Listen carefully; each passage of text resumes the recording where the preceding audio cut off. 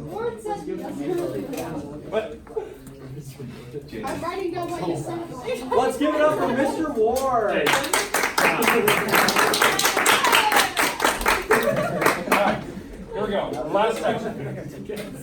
3.6. What we have to do is we have to find the derivatives of the trig functions. So, derivatives. I'm so excited. Derivatives of the trigonometric function. Is it 30 pounds being fake or being positive? Hello. Alright. Hey, you take it, you make it. Exactly. Okay. Eventually you'll start to believe it. Alright. Okay. I mean, yes, I will. Yes, you will. Alright. Alright. Derivatives. Derivatives of the trig functions. We have to talk about sine first, then we're going to cosine. Would you recommend we bring a calculator? Oh, trig functions? Yeah, so sine, cosine. We will not need calculators or anything like that. Tangent. Tangent. Alright, these are the only three we're going to do. If you ever had to do the reciprocal functions, I would change them to these three. Where you just flip them over, okay? Our goal today is to talk about where the original one comes from. Once we have that explained, then we'll talk about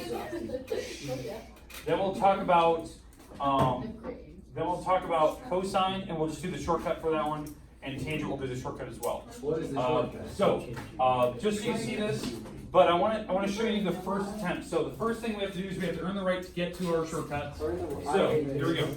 Your way, your way. Is it as long as the last time we earned it? Last time was the entire period. Yeah. We literally spent an entire period showing us this posture. All right. Let me grab a piece of paper. This stuff's hard, I don't want to learn it. Alright. So you know how you had Lauren last period? You know how you had Lauren in your class last period? Yeah. She told me she fell asleep, but in her dream you were teaching on a bus, so she knows everything that happened in class. Mr. Ward, do you By the way, support she students was awake. napping in your class? So. Students sleep in your class? No, don't. Okay. All right. So number 2. Okay, first, we have to draw this, then we're going to draw the first derivative of it so you can actually compare, and that will give us the answer for the shortcut.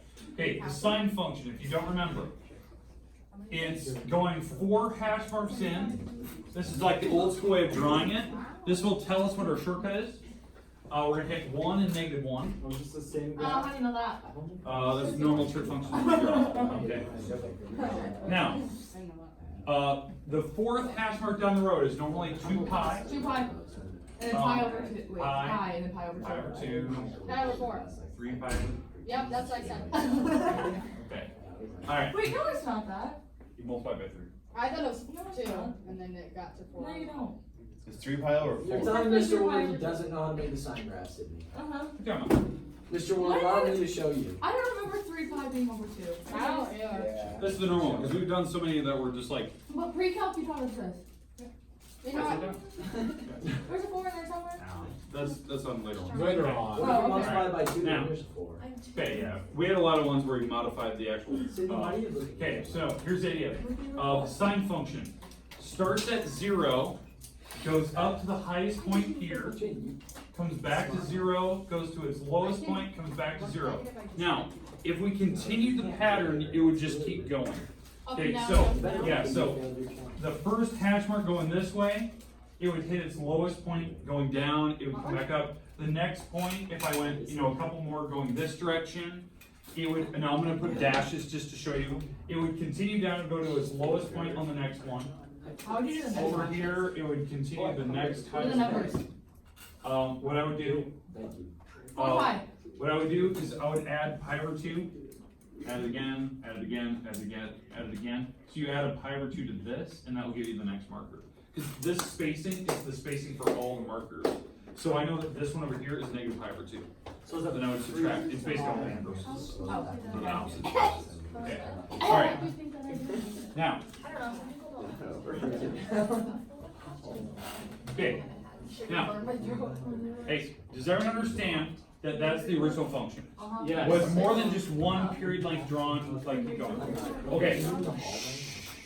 Now, here's what you need to think about. If I was going to draw the first derivative, now this is the part where we have to fall back to my shortcuts again. This will explain the best way I can do it. So I want to try to draw the first derivative of the sine function. Okay, so I'm going to try to find that first derivative. Okay. I'll put it like this so I don't confuse anyone. I want to find the first derivative. I need to see the graph, and then that'll tell me what the answer is. I know that seems a little weird. Because actually looking at the graph, I can actually interpret what it is. So, here's how it works. To figure out the graph of the first derivative, do you agree that right here the slope is 0? Yes, I do. Okay, right here the slope is 0. Cosine. Yeah. Okay. Down here the slope is 0, and it would just keep going. Okay. In the middle, when I started here, what was the slope? Was it positive or negative? Positive. Okay, these are positive numbers. Okay, do we agree? Yes. Okay, so I'm going to go over to the graph and draw that. So so I'm drawing the actual first derivative graph. I'm just going to go the first 4 hash marks. Pi over 2, 3 pi over 2. Alright, this is 1 and negative 1. Alright. Okay. So, drawing the first derivative, if this is my first derivative graph, I need to make sure that my slope from 0. Shut up. So we start here, my slope at 0 is positive numbers. Eventually, my answer will turn out to be 0, correct? Yes. For slope. Okay, I'm going to draw what the slope is. So the slope was positive. Ouch. Just clip that really hard. All right, so the slope is positive numbers right here, and eventually what happens is that it's going to come down and hit 0 right at the first marker. Because do you agree that the slope is 0 right there? This is like a velocity time graph. Yeah, actually it is. This is a velocity time graph. Yeah, because I had the same confusion in class today with It is a velocity time graph. Oh, This velocity you. is. Mr. Ward, I don't I'm believe really it. smart. All right, what? I don't believe it. Okay, now what I'm actually plotting here. These are actually the slope numbers going up to the first marker. At the first marker, slope was 0. That's what I'm plotting. I'm plotting the actual slope number. That's positive. So that means at this moment right here, the slope was actually perfectly 1/1, right at 0, 0. Does that make sense? Did you just set up? No, that's where it's actually at. It's actually 1/1 for a perfect slope. If you're actually picking numbers there, it actually approximates 1/1. I'm like doing the short abbreviation. I don't want to like pick x's and subtract them and do the whole slope thing. It actually makes 1 right there. Because it's right in between. Is that just like something that you like know because you know math? Yeah. Okay. I don't want to show all this stuff. I want to keep this as easy as possible to show. Okay, next. What type of slope do we have after this first marker? Negative numbers, right? So it's all negatives all the way up till this third marker. 0. So I'm going to have a bunch of negative numbers until the third marker when I come back to 0. Cosine graph. Okay, oh wait, say? Cosine. You just found the first derivative. I'm really good at calculus. Because what I'm doing is, and I was waiting for somebody to notice it, when I was drawing the first derivative graph, I was waiting for somebody to notice what this thing actually starts to appear like. It's actually cosine, and that is the first derivative of sine.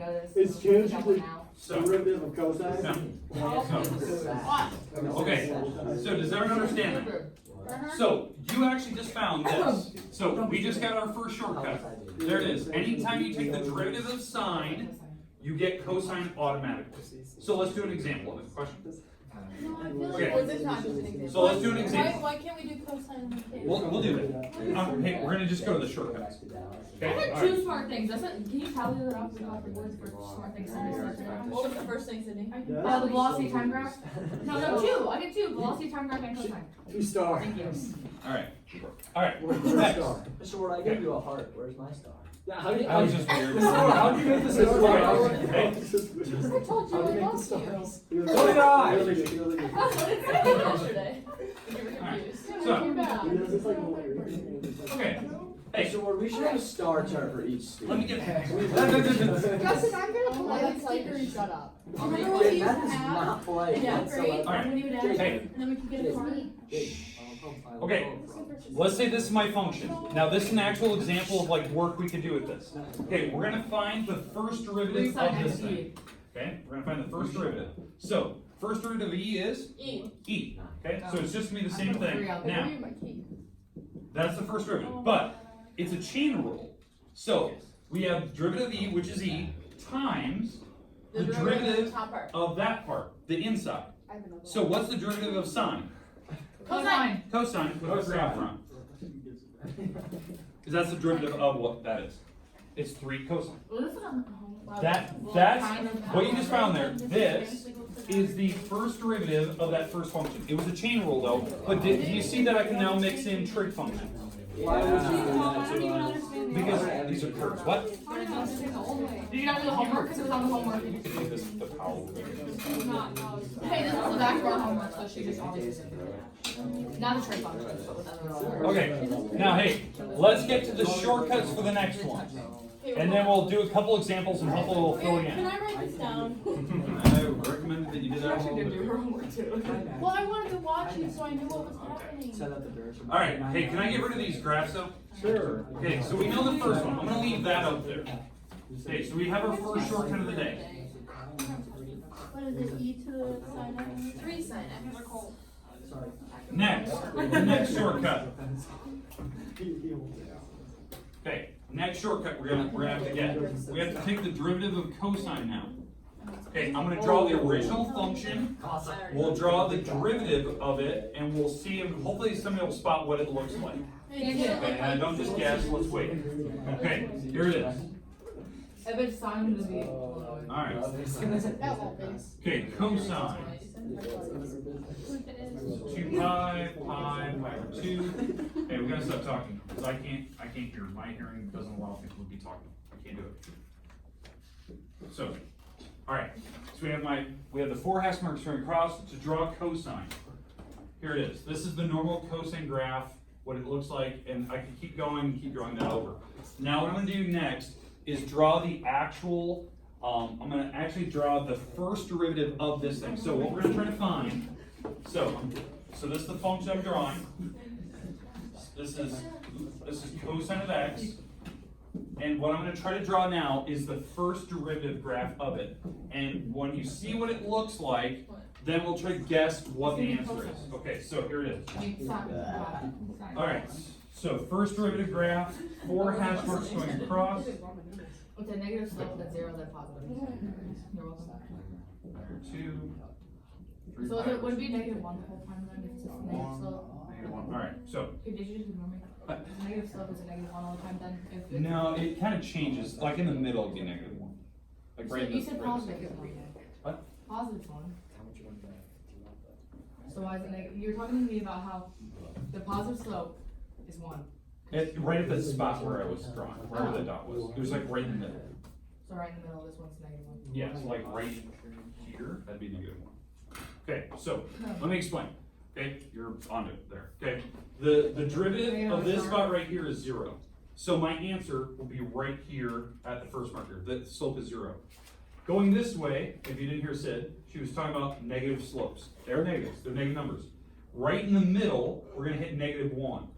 So right in the middle, so that would be right at this spot. This is where it hits -1 for a slope. It's right in between before it starts switching to positive. So right in the middle, I'm gonna hit -1. It's literally sine. It's not sine. Inverse sine. Good try, Sydney. This is what the first derivative will look like. It's not sine though, it's close.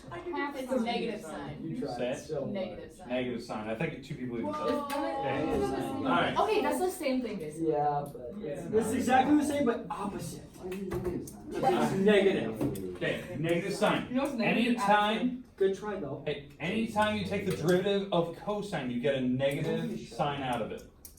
Because this is the derivative graph. Eventually I hit derivative of 0, so that's why it comes back to 0.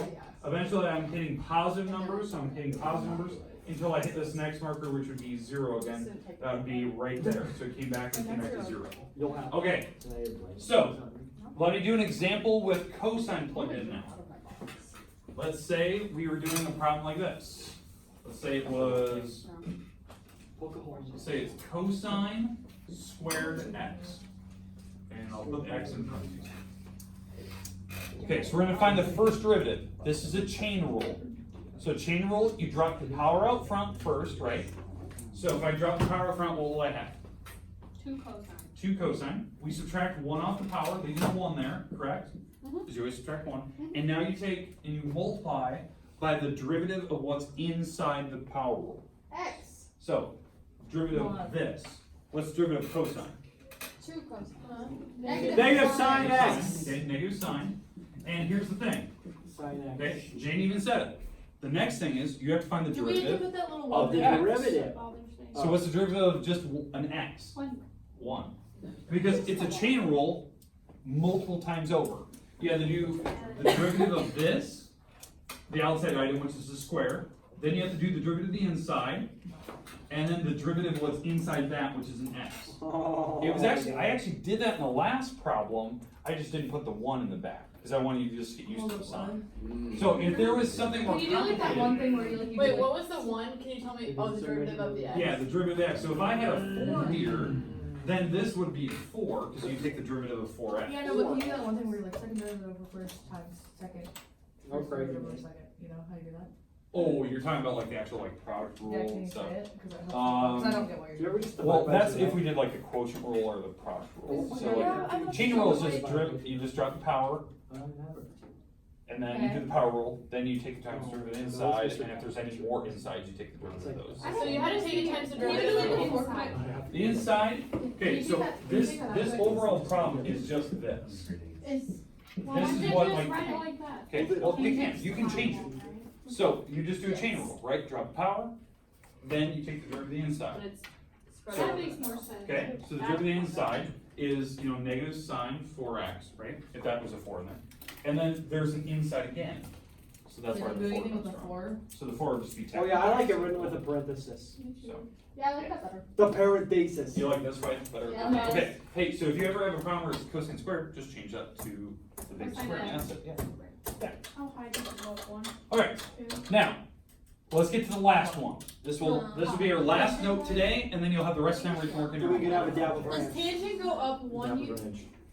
I just want to How many? roll it. Oh, you're talking about like when you're drawing it? I'm not gonna draw a tangent. No, please. No, no, I no. just started No, drawing. no, because I'm gonna show you a better way to do Oh my tangent. gosh. Is it? That's what you get for working. That's what you get for working. Okay, I'm just gonna Ask you guys. That's what you get for working. Alright, here we go. Posture. Please don't. Mr. Ward, are we gonna try to work on Good our posture is the key to success. People stop talking. Okay, hey everyone. Alright, last thing today, we have to find the derivative of tangent, and I'm gonna avoid drawing this one, just because the drawing is so crazy, you'd have to actually see this. Too much going on. Alright. Derivative of tangent. City's in your hair. Where? Alright, we good to go? We understand what we're doing? Yes, Mr. Okay, I'm gonna change this problem just slightly. This is something we talked about in pre-calc. That tangent is the same thing as sine divided by cosine. Well, that's on our old. Oh Okay. wait, That was on the cheat sheet. are That was you on the telling cheat sheet. me that we can put it to be cosine over Okay, so we'll talk about this. So negative sine x divided by? yeah, so we're gonna start looking at this problem where we're gonna actually do the shortcuts for sine and cosine. Okay? Alright, so here we go. If it's a fraction and we're gonna take the first derivative of it, this is where Sid you were asking me earlier. Derivative of a fraction is like derivative of the top times the bottom minus the derivative of the bottom times the top all over the bottom square, right? That's when you do a There's a fraction. quotient rule. So yeah, it's quotient rule. So derivative of the top. Can I get an extra for that? Quotient rule. Cosine x. Okay. Why do you get a star? So Cos. Cause I'm nice and Cos. Cause I'm No. confused. Cos. okay, derivative of sine is cosine Special needs. Times times the cos. bottom or times the bottom. Times cos. Subtracted We're by, gonna subtract now the derivative of the bottom, which is negative sin negative sine, yep. times sin. Times the top. And again, I'll put these in parentheses. so All you over can see cos squared. all over the cosine squared. Okay. Calculus. Alright. And now I know I wrote cosine squared. You can put the cosine in the square. Wait, that's cos You had two negatives? squared Okay, we have minus. two negatives. So what does that make? Plus. Plus, because again, how I came up with this part right here. That's That is the sin. derivative of the bottom. The derivative of cosine is negative sine.